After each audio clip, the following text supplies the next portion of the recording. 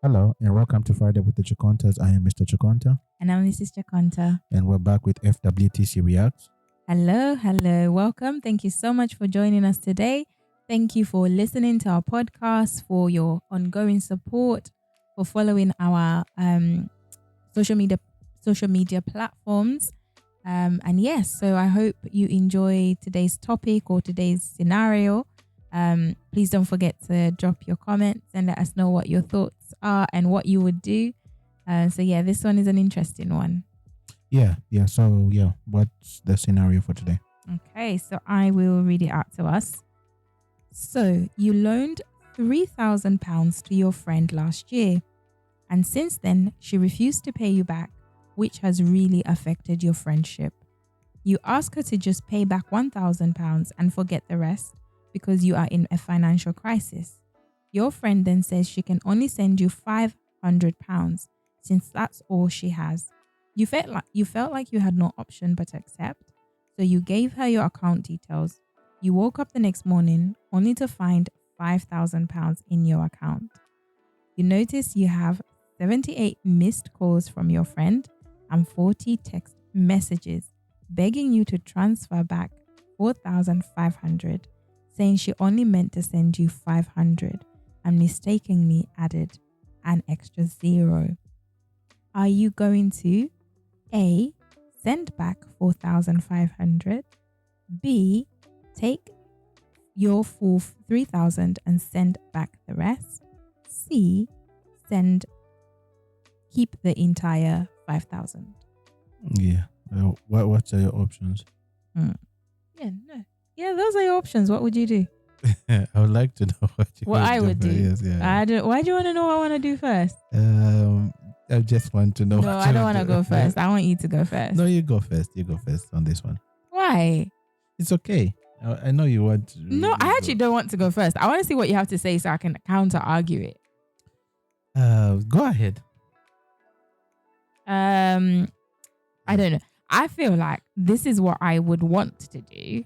I would definitely want to take my full 3,000 B and send back the rest. Yeah. Okay, just before, why has she refused to pay back? I don't know. It doesn't say. What are your assumptions? My assumptions are, you know what? I don't know. People have stories. Sometimes you're not. There are different reasons why people don't pay you back. No, refusing is like, I've asked you and I said, no, I don't want to give it back to you. Or That's is true. Is it refusing or saying, I don't have the money right now? That's true. I feel like sometimes we don't know which one it is, but let's just say she's saying she doesn't have the money. I feel like sometimes when someone gives you reasons to why they haven't given you the money back, when you've lent someone money, I find that sometimes we use the terminology, she's refused to pay me back. Okay. Or actually, maybe no. Maybe we just say she hasn't paid me back, or I don't know. But let's just say in this scenario, she's saying I don't have the money. Okay, that's a healthy assumption, right? Yeah. Than the I other don't one. think I don't someone think would say I've refused to pay money back. that you owe them. Yeah. I think they've acknowledged they owe the money, but I feel like the more likely scenario, and so we should go with it, is that they don't have the money to pay you back. Okay, let's say hypothetically, if it's that scenario, what I'm reading from what the whole narrative is that she's refused, I would take my 3,000 and give her back at 200. 2,000. No. Let's not use the word refuse. Let's say she's been saying she doesn't have the money to pay back because later on she says your friend says she can only send you 500. So like during their discussion. So let's just use let's just assume she didn't have money to pay back. Okay. Yeah. So go ahead. Would you still do the same? Would you still keep your 3,000? There's a temptation for me to want to keep my 3,000. And because I've been wanting that 3,000 for a long time. Yeah. And I think this is a narrative of where I think you have to either take an aspect of, it's very hard because I don't know what anybody else would do, because what if my 3,000 that I've been asking for a very long time is I need it desperately and it's mine. Yeah. And then now you're coming to me and telling me about your desperation. But when I was telling you about my desperation, I helped you, in your desperation. And then it's taken you even a long time to just pay me back. Yeah. And then now, even when I'm saying just send me £1,000, you're still saying you're still gonna send me £500. So I don't think there's anything wrong with me saying I'll keep the 3,000 and I'll send you the 2,000. That's what I've been wanting. Do you think it's a Christian thing to do? But I've been wanting that 3,000. Doesn't matter. But do you think it's a Christian thing to do? Why? Why is That's it not a Christian? No. I'm just wondering. Because that's the whole point. The thing is, it's easy. That's what I would want to do, and that's what I think. That's what there's a difference between what you want to do and what you should do. Something about wanting to do is what is owed to me. I agree. Yeah. But do you think in this scenario it was given to you by mistake, and she's asked for it back because it was a mistake? So you don't know the situation she's in. You don't know what that money is for. You don't know whether she's, that money was lent to her. You don't know whether she's holding someone's money. All we know is it's come from, let's assume it's come from the girl's account to your account. Yeah. Do you think, given the fact that she's told you the reasons and now you're saying, no, I'm going to hold it back, do you think it's a Christian thing to do? If we're looking at it from that perspective, I don't think it is. We'd probably say, no, it's not the Christian thing to do. Why because not? we are called to either forgive as Christians. We're called to be, if somebody's not compassionate to us, we should be compassionate to people and see some of the things that we shouldn't basically give I know there's another aspect of you treat people like the way you want them to treat you. That's one thing. So there can be that side of where I'm saying, I've been treated bad, so I'll treat you bad. But for us, we're called to a greater calling as believers, where we're supposed to treat them with something that they have not, with an extent of giving them grace, like the grace we've received from God. Because Christ has indeed given us an aspect of, he's given us something than we've treated him badly, but he's given us he's been loving towards us. And he's extended his love even though we've rejected him, we've done things that have basically offended him. And we've seen that love that has been expressed towards us as human beings to the point of where he dies for us. And I think this is another aspect of, maybe this is an opportunity for you to extend that in this opportunity. It's very easy for us to feel that we are justified to do whatever we have to do because we feel somebody has wronged us. But I think we have to understand we've wronged God more than anybody else. But he does not extend that. He does not extend his judgment towards us, but he extends his love towards us in the person and the work of the Lord Jesus Christ. So in that sense, I would mainly, as believers, I'll probably say maybe we have to gauge on the side of, you have made a commitment with your word and saying, I only want 5,000. Okay. So 500. Yeah. And get the 500 and you can send the other thing. She didn't say she only wants 500. The girl told her she only has 500 to give her. Yeah, but you agreed. Okay. So you have to also have an aspect of where your word needs to mean something. But the thing is, I'm just asking all these things that I'm asking myself because I feel like option C is revenge, right? Option C is keeping the whole what did I say? I think send the entire. Yeah, it's keeping the whole 5,000. Oh, I don't think keep the entire 5,000. So I feel like that's revenge. Yeah. In a sense of, you take your money and then you want to make her see what it feels like to hold someone's money. I feel like that's easy. That's easy. No, in terms of it being not a Christian thing to do. Yeah. Whereas I feel like option B is wisdom. Is option A and B are like. Option A is being such kind of like loving and kind, but then maybe you're being what's the word, naive? Not naive, but you're being I can't find the right word. I'll think about. I had it and it just literally went out of my head. Like, you are within your right to claim your money back because it's not like you're stealing. So you going with option B, you're not really stealing. It is, this person owes you money. And so I think there's an element of where you can use wisdom. And I feel like sometimes sometimes because of how the Bible encourages us and the way it's written, sometimes things are not very clear cut. Like in this scenario, it's not exactly clear cut. It's sort of asking God to give you wisdom to know which direction to go, whether to go with A or B, because B is like, A is a bit like allowing people to take advantage of you, and and just saying, oh, in the name of the fact that I am a Christian, but that just because you're a Christian doesn't mean you should allow people to take advantage of you. There are certain situations. I think you need to analyze the situation. I don't think being a Christian means you should always keep quiet and take a back seat either. Yeah, but I'm saying as a Christian, you can also deal with it in a various ways. It's not like basically. Yeah, which is why I think B comes in and doesn't necessarily mean that as a Christian, that's not a Christian thing to do. It's not a Christian thing to do because you've given your word. It wasn't that I gave my word. I agreed because that's what you offered me. Yeah, but you still agreed. And then now you've given me more. Yeah. But then, I think this is where people like. Yeah, but on that sense of you've been given more on the basis of a mistake.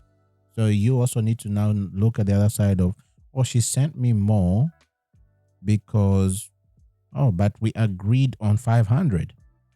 So you can also understand maybe it's a typo. But I think she said it was a typo. Yes, but for you now, it's like the temptation comes and says, I want my 3,000.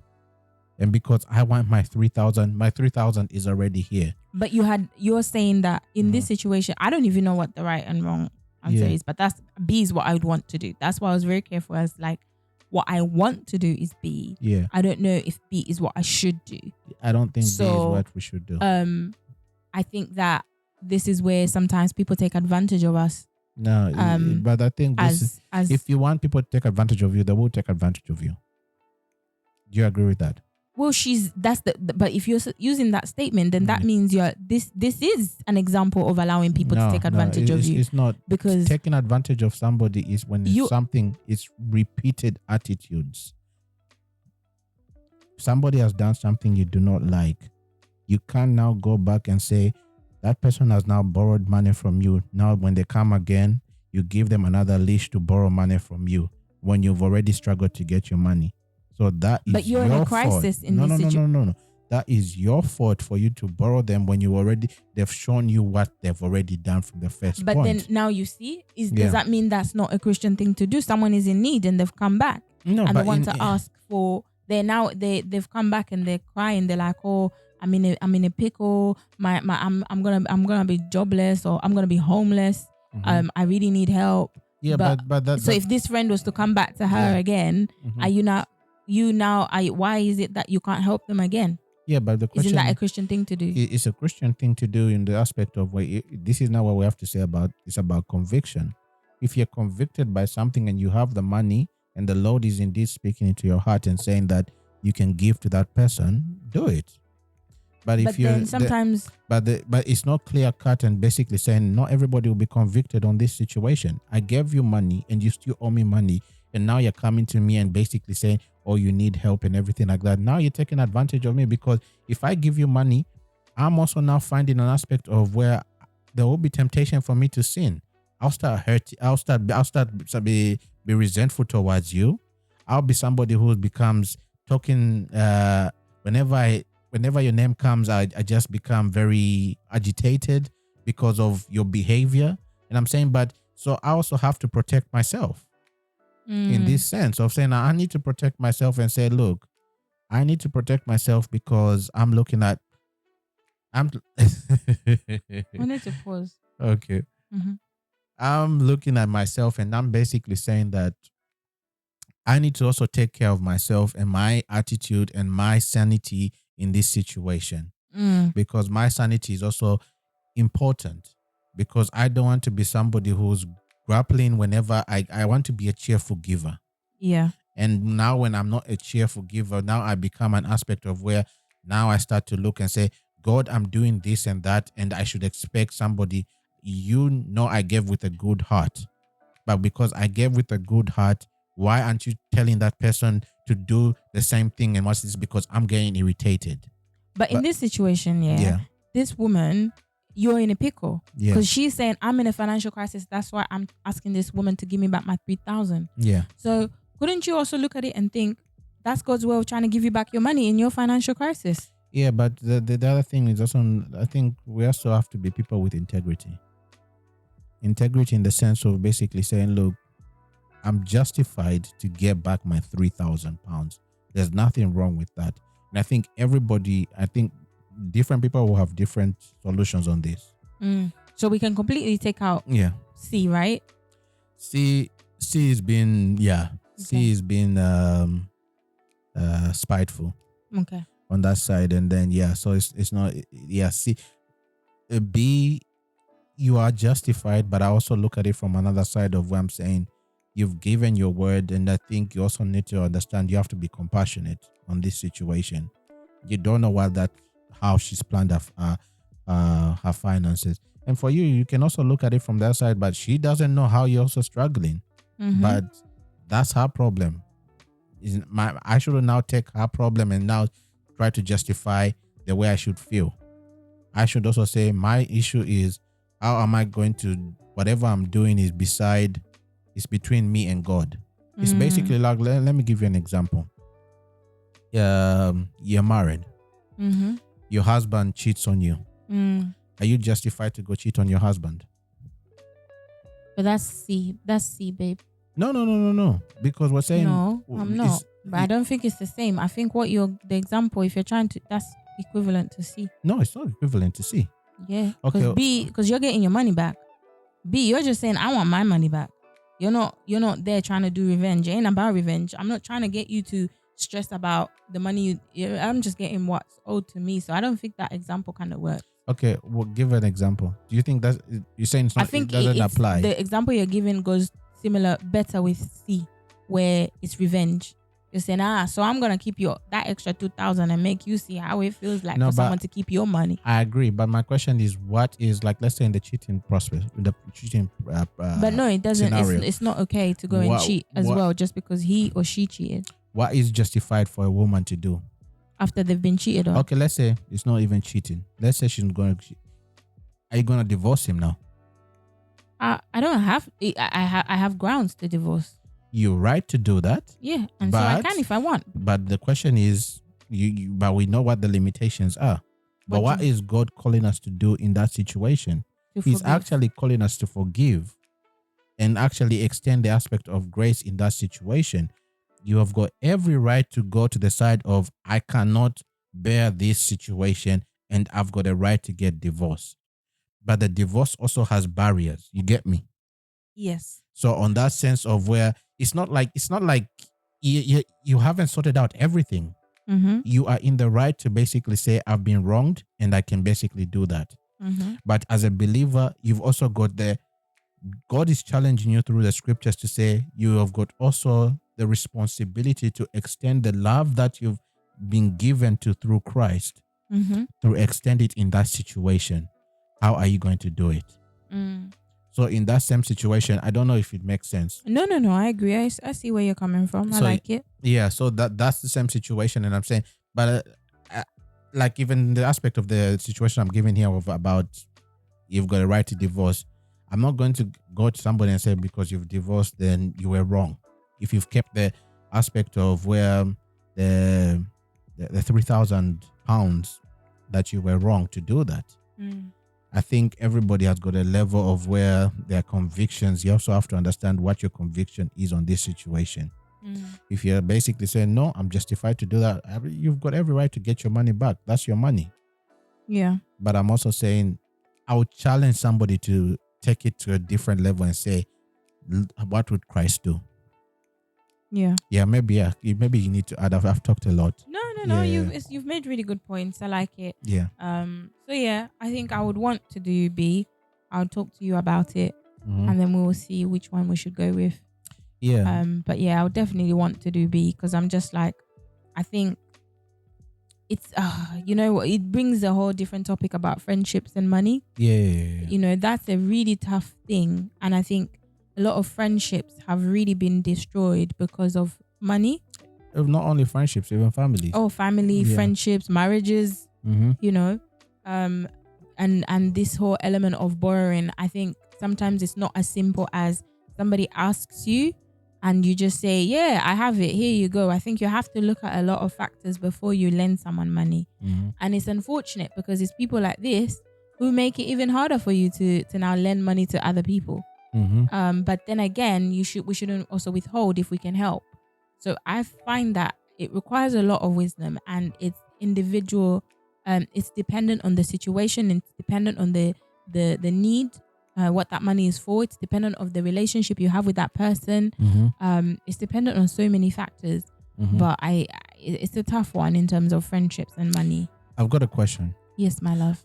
Do you have an attitude of where when you borrow somebody money and you see them now like that living lavishly, how do you take that? Oh, do you start counting people's money and saying, this person has gone on the holiday, but where's my money? Do you feel like that there's a temptation to be not even a tempt? I do it. Why? Maybe it's wrong, but why do we do that? It's a human thing. First of all, you come to me in a crisis, right? But sometimes it's not a crisis. Sometimes people just borrow for various reasons. Which is not a problem. Borrowing is not a problem. It is the lack of, when you said integrity, that's where the problem comes about. It's not like, you say to me, babe, let's say we're friends, you say to me, can I borrow let's say this £3,000, let's just make it less here. Can I borrow £300? I'll give it back to you month end, right? Month end comes and you're silent, and then I see you living life. That's when I start to think that way. When I see you, because I know what people post. They can post pictures from years ago, and it doesn't mean it's present. It could be that somebody sponsored that event. It could be that you actually sponsored it yourself. But the fact that month end came and you did not give me my money when you said you would, and you've been quiet, that's the key. For me, it's about your response. If you say month end has come, or I'll give it back to you tomorrow. Tomorrow comes and you come to me and say, the money that I owe you, I'm really sorry, I can't give it to you. You might be able to give a reason, and reason would be appreciated. I can't give it to you, but this is the next time that I will be able to give it to you. If I see you enjoying life and living lavishly, I don't think my mind will go that way. Because I feel like you've respected me enough to come to me and tell me that you do not have it. And now I'm not going to start thinking, but how could you afford a whole holiday to Dubai if you owed me £5,000 or you owed me £500 or £50? I don't think that way. I don't know. It just doesn't trigger me to think that way. The only time that thought sometimes can easily be triggered is if somebody has not shown that level of integrity and respect towards me, where they've said, you know what, I owe you money, and they've just been silent. They pretend as if that encounter did not happen. And I think that's the key problem. And I don't even have a problem with someone coming to me and saying, I don't have the money. I understand life happens and situations happen. And every time as I grow older, and I'm not saying this, that, if someone listens to this and they're like, Ruth said, but every time you borrow someone money, there is always a chance you were never going to get that money back for multiple reasons. You might not know what those reasons might be. And that's why you have to do a risk assessment before you lend money, because you need to understand what that money that you're lending is. If I'm lending you money for my rent, that, you have to really risk assess why that need, whether it requires such a sacrifice that your rent money should not go, because there is a chance that money is not going to come back. And maybe you may not have a roof over your head. Your children may not have a roof over their heads, and there's going to be trouble in your home. So before you lend money, you always have to do a risk assessment. That it's now become a situation where before you lend money, you're doing risk assessments. Can you imagine? But I feel like that lessens the headaches. And sometimes you assess the situation. You assess, okay, what is the likelihood based on my history with this person, based on how much they're borrowing, that they'll be able to give me back this money, and what is the use of this money? Like, what is the effect it's going to have if I lend this money and then I don't get it back? So I know I'm going off tangent, but I think there's a lot of thinking that needs to happen before you lend someone money. But that thinking doesn't mean that you shouldn't give people money. No, I don't. But I think that, you shouldn't go, I can't, I can't go give you my transport money for next month, and there's a chance that money's not coming back. How am I gonna get to work? Then I start borrowing, but then I can't afford to borrow. But then if you have money and you can lend and you can help someone, and it is part of the excess that does not put you in significant problems. Maybe I think you have to understand. You have to know where the money that you're using to lend is where it's coming from, where it's going, what it's for. Because you might be busy saying, "Oh, my friend is in a bit of a tough situation. They just need an extra £100 to top up for their bag," and that is a crisis to them. And for you, that £100, if you're gonna give someone that £100, that £100 is coming from your electricity bill. But they've come to you, and when people come to you asking for money, a lot of the time they come with pressure as well, because they're pressured. So you also have to understand the situation. Someone's emergency may not be your emergency. Actually, when you understand and you look at it, you're like, oh, you want £100 for me to top up for your bag, whereas if I give you this £100, it's coming from my bills. Yeah, but we shouldn't have that attitude though. Maybe if they're telling you what they're gonna spend it for, but I think if somebody asks you and if you're willing to give, you have to be. So we're saying we have to be cheerful givers. But and also, if we can't be cheerful, then don't give. I think you have every right. If someone is asking you for money, might be wrong. Yeah. But I do believe if you have every right to ask what it's for. I never used to think like this, but the older I've become. Why? Because it helps you with your risk assessment. And it helps you to I'm telling you. Let me read it. There's a difference between let me read this parable. Maybe when you finish, we'll have it. Let me finish my point and then you can say there's a difference between lending and giving. And that's my point. Our focus here based on this story is about lending. When you're expecting a return. There's a difference between just freely giving, and that's not what we're discussing today. Okay, maybe read this parable on Matthew 18 verse 21 to Matthew 18 verse 21 until 20, I think 35. Oh, that's a lot. Okay, let's do this. Then Peter came up and said to him, Lord, how often will my brother sin against me and I forgive him? As many as 7 times? Jesus said to him, I do not say to you 7 times, but 77 times. Therefore, the kingdom of heaven may be compared to a king who wished to settle accounts with his servants. When he began to settle, one was brought to him who owed him 10,000 talents. And since he could not pay, his master ordered him to be sold. Yeah, go ahead. With his wife and children and all that he had, and payment to be made. So the servant fell on his knees, imploring him, have patience with me and I will pay you everything. And out of pity for him, the master of that servant released him and forgave him for the debt. But when the same servant went out, he found one of his fellow servants who owed him 100 denarii, and seizing him, he began to choke him, saying, pay what you owe. So his fellow servant fell down and pleaded with him, have patience with me, and I will pay you. He refused and went and put him in prison until he should pay the debt. When his fellow servants saw that what had taken place, they were greatly distressed, and they went and reported to their master all that had taken place. Then his master summoned him and said to him, you wicked servant, I forgave you all that debt because you pleaded with me. And should not you have mercy on your fellow servant as I had mercy on you? And in anger his master delivered him to the jailers until he should pay all his debt. So also my heavenly Father will do to every one of you if you do not forgive your brother from your heart. Yeah, what do you think that's saying? I feel like this is saying that we should be forgiving people, basically. In summary, there is no number. Well, it said 70 times 7. Yeah, 70 times 7. Yeah. So basically, that just continuously forgive.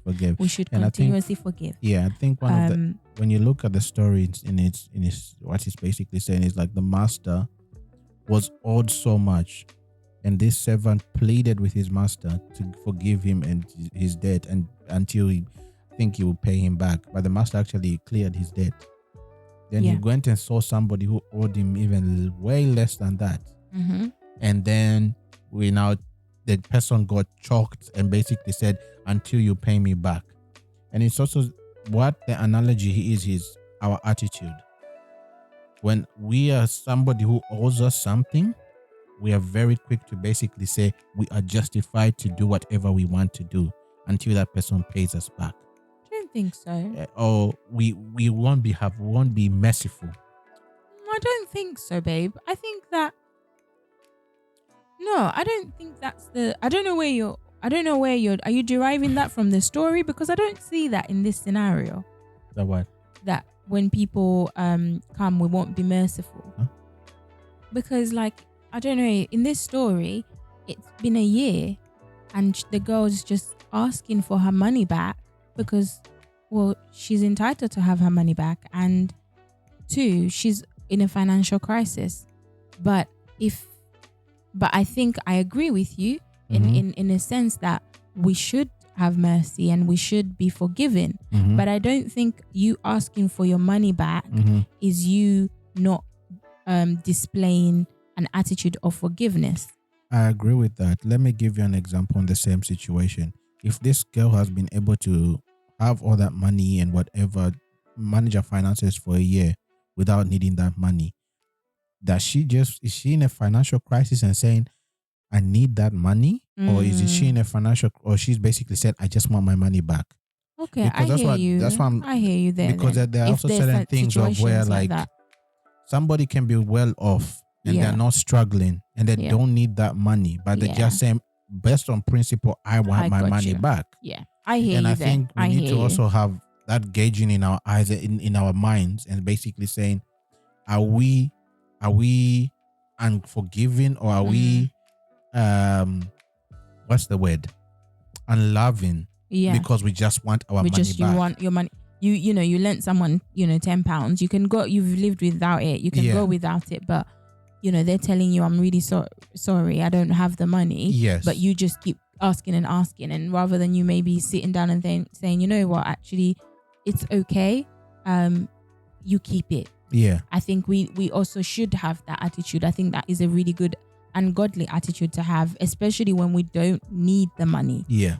You have every right to ask for it back. Yeah. But sometimes greed and the whole principle of, but I lent it, and so like what I was saying before, I gave you money, but why is it that you said you're gonna pay back, but you haven't paid back? But that's no excuse for the other person, though. But I agree with you. We're not talking about the other person. I completely agree with you. I think first let's figure out you.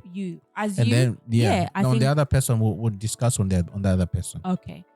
As a you, I think it's a godly thing to do. And sometimes you're right. Sometimes maybe you don't even realize somebody gave you a bit similar to the parable. Yeah.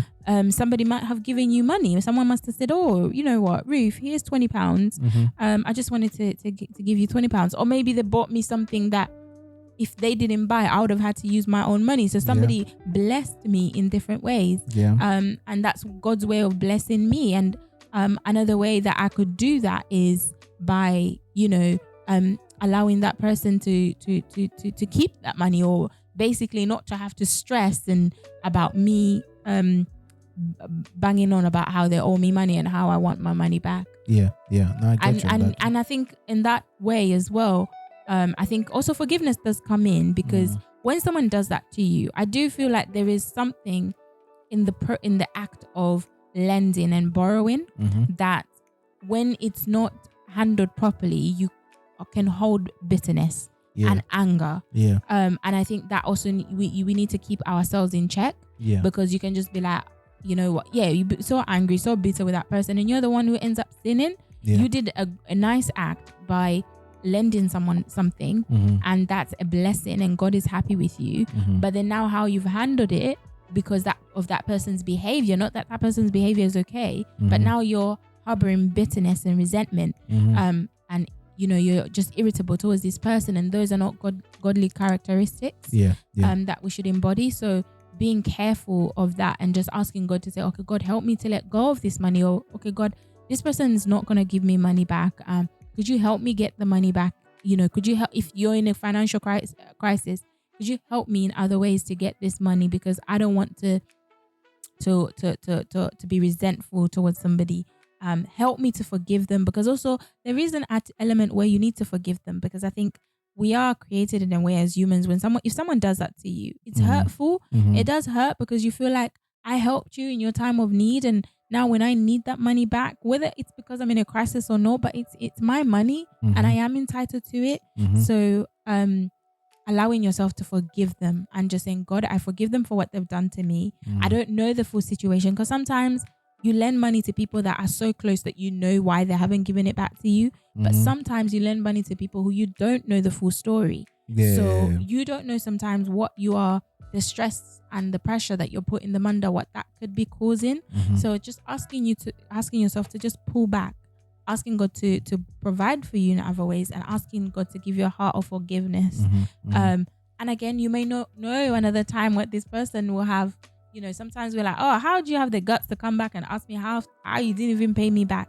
How the money that I lent you before? But you don't know. God, that's also God's way of teaching you how to be forgiven, and not just you forgiving someone but then, and again, that can be tested or challenged by that person coming back to you and saying, can I please borrow some money? And you're actually in a position to lend the money. No, but you also need to learn. Okay, I've got a policy.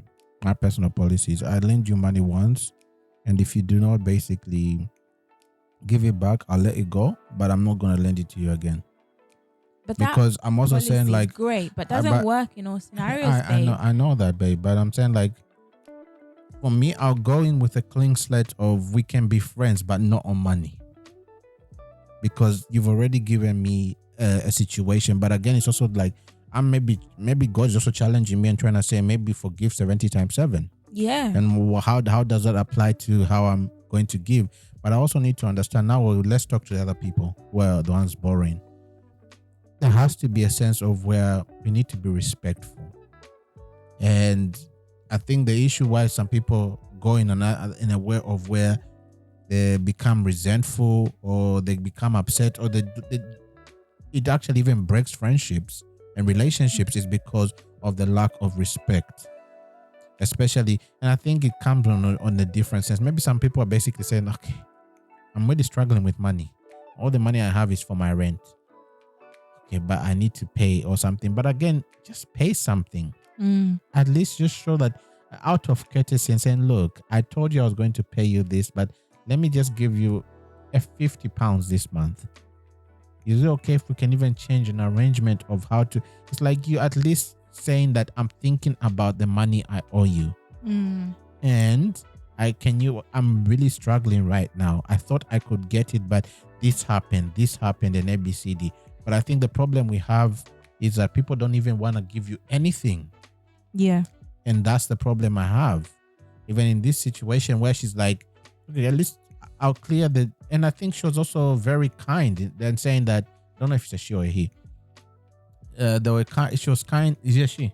I don't know actually. Yeah. Okay. But it feels like a she. I don't know why. I am also picturing a she. I don't know why. So like the person was kind enough to basically say, I can clear the 2,000, but just give me 1,000. Yeah. And the other person is basically saying, like, I can only give you 500.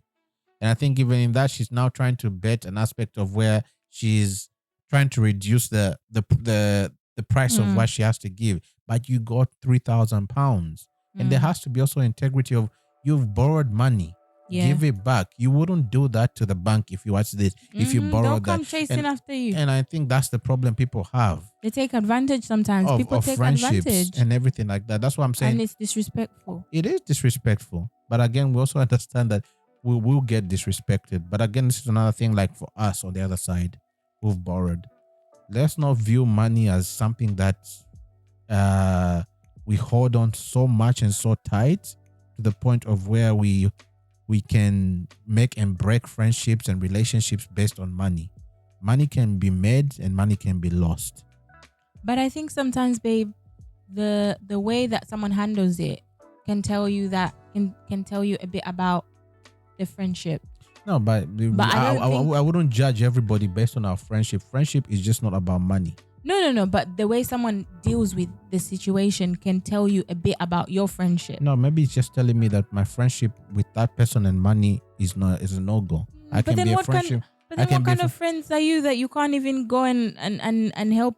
And I don't know, but I know what you're saying, and because that chips quite a bit, because money comes with lending each other money is not just about the money, but there's elements of respect in there. There's elements of trust. There's elements of honesty. All these are qualities that you want in a friendship. So I don't think, for me, it's about the money. It's about how it's dealt with, which reflects on the characters. My question is your friendship only about money, or there are layers and layers of your friendships? Let's say it's like we always have this analogy, especially about marriage, where we say like some people have got love languages, and their love languages can cater to maybe 20% of the marriage. Are you now going to now say, because I'm not getting that 20%, then my marriage is failed? Are you going to now base your friendship based on this person is bad with money and our money relationship is horrible? I gave this person whatever to the point of where I have to neglect the whole sense of my friendship with that person. No. I don't mean it in the borrowing. I'm talking about in the handling. There's nothing wrong with someone borrowing you money and not being able to pay back for various reasons. But the reasons for them not being able to pay back, I think, are quite important as well. Is it because they just don't see it as a priority and they don't think they need to give it back to you? So that's someone saying they don't respect you. Or is it just because they generally don't have the money? And sometimes people don't have the money, and like they've looked, they're just like, friend, I really don't have the money. And you can't break a friend. I don't think it's wise to break a friendship because you've lent someone money and generally they don't have the money. I think that still lives a pure, authentic friendship. But I think the key for me, or the key I would see is, do they now, you've borrowed the money and you can see that they owe you money, but because you've got a close relationship that you can actually see that this person could give you back money. You go out with them every weekend and you see them spending lavishly. You went out to the shops with them and you see them buying a new bag or buying a new pair of shoes, but they owe you money. I think that's different. Or they absolutely have ignored. You've told them, okay, you owe me money. They've ignored it. I think that really speaks more about the person than it does, and it should make you think about that person and the relationships that you're gonna have. But if you have a friend you've lent money to and they're like, babe, I'm really sorry, I don't have money this time, but you know what? I'm gonna try and give it back to you in 10 months. I'm gonna try and give it back. I don't know where. You know what, babe? I am so broke, but I don't know when I'm gonna be able to give you back this money. And I think that is like, it's the honesty, it's the transparency that is key here. It's not, forget the money.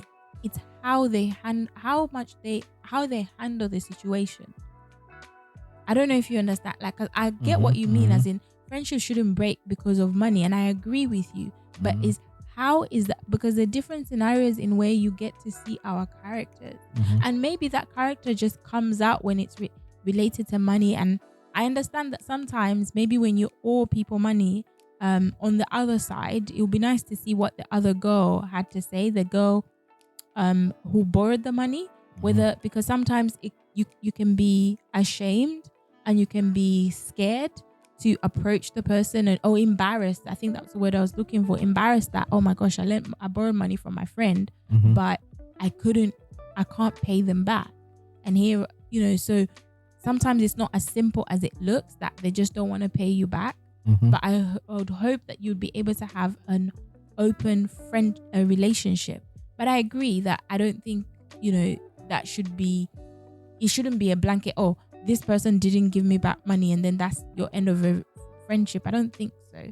Because we're friends, and there are ways that we might hurt each other in different ways. It's not just about money. Money is just, like you said, the whole marriage situation. And you're right. The person might be so, if you need someone on the phone, if you need somebody to come and get you out of trouble, it's this person. Like she's on speed dial, he's on speed dial. They are there.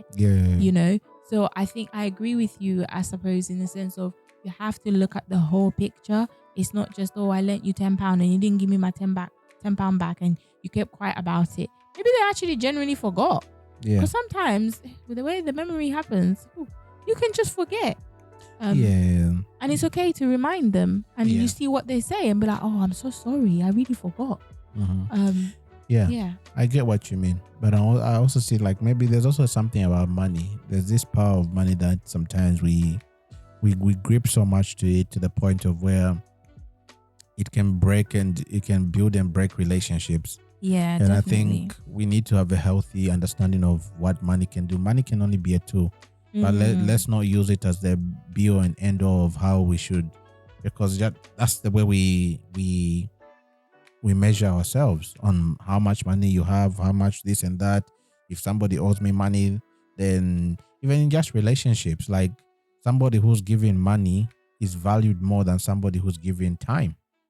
Let's say if I'm giving you time to basically be there for you, like you're saying, I'm always there helping you. The time, let's say, for example, when you were sick, I was there for you. When you know that stuff, it's like, so what was the monetary value for all those things? Yeah. People won't look at that. Yeah. And they'll only say, you owe me money, because there's an amount that we can count. Yeah. But what about my time? What about the energy I was giving you? What about all those things? And I think this is why I think we need to look at friendships holistically. Yeah. And if somebody, let's say, for example, they owe you that amount, it's a lot of money, to be honest. Let's not lie. It's a lot of money. But again, we're saying that cannot be, that's only a fraction of your relationship. Yeah. And if it can destroy relationships, we know. But we shouldn't let it. I think. Yeah, let's also look at things from a holistic perspective. And maybe talking to them, because it's one thing you going back and forth about just saying, you owe me money, or can I give you this, can I give you that? But actually just saying, friend, I really want to talk to you. This thing is really affecting how I view our relationship. And I really don't want us to end our relationship because of money. This is how I feel about what you did. This is how, and then get the other person to express themselves. And then you realize that maybe you can actually come to an agreement of, maybe that person can say, if they haven't thought about it, you can even suggest it. You can say, well, based on what you're telling me, it seems like, no, you don't have £3,000 to give me at this very minute in time. But maybe could you give me £50 a month? Could you afford that? So you just put a standing order of £50 a month, a standing order of £10 a month. Or maybe I actually say, you know what, it's okay. You keep the money. Because after the conversation you realize, but then you might be tested again. But you do have to be wise. Next time, maybe don't give a whole £3,000 if you know that this person does have a bad record. But I don't know how you gauge, because I think this is where you need wisdom, and you need to understand. And even before you give the money again, you have every right to have a conversation with that person and say, look. But usually they'll be like, yeah, I'm not gonna do it again. But you'll be like, look, I gave you money last time. This is what happened. This is how I felt. This is how we're gonna do it. Can we do it differently? Maybe maybe you just give them £500 and you just test them out and say, okay, I'll give you £500 and see if you can, or £50 and see if they'll return it.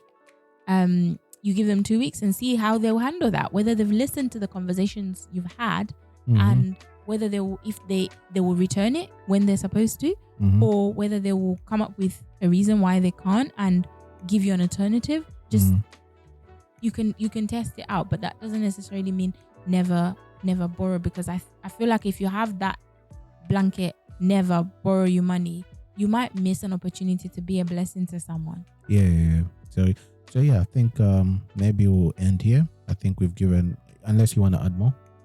No, I think there's a lot to talk about, to be honest. My mind ran out. I was like, every time you say something, you feel like you have to cover it with like, like if you say something, I don't know, like my mind is like, oh, but it could be this, but it could be that, it could be this.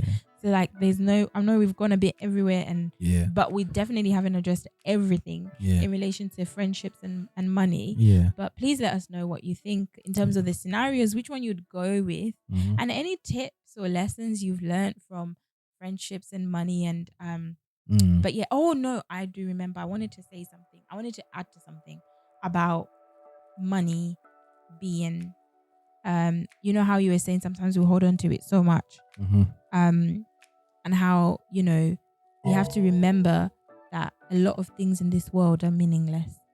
Like just be careful not to hold on to money so much that it controls you. It's controlling your life, and really being able to have that open mind, and that wisdom for God to help you see the bigger picture and what really is important in this situation. Because money has a lot of power, but we shouldn't give it the power that it can, because it can have control over us. And the Bible does warn us that the love of money is a root to all evil. So just but it's hard. I haven't quite grasped it. I'm still trying to figure it out, and but it's I don't think it's easy. I think would like to hear your opinions on this situation, because it's not a clear cut. What would your options? Option A, B, or C? And you can write down in the comments which one you do. I think we also may do a survey on our Instagram, and we'll see what other people would say on that and which one they would go for. But this is a hard situation, but I know these are tough things, especially when you're going through them. But we also know that God indeed gives us wisdom to address these things. And let's also go to God and ask Him for wisdom when we're trying to address something like this. Because sometimes we can be so much in our feelings. To the point of where we discount even God's wisdom because we feel like justice needs to be made. And to the point of where justice, in the sense of where we're not actually showing judgment, like the story we've seen, where the guy's like, I need my money until you paid, but he's not looking back about how his master basically forgave him. And that's the same thing that what we're saying. That's how God has done to us. He's forgiven us a heavy debt that we've owed him. Why can't we forgive somebody who's owed us so little? And we have to put so many things like that in perspective.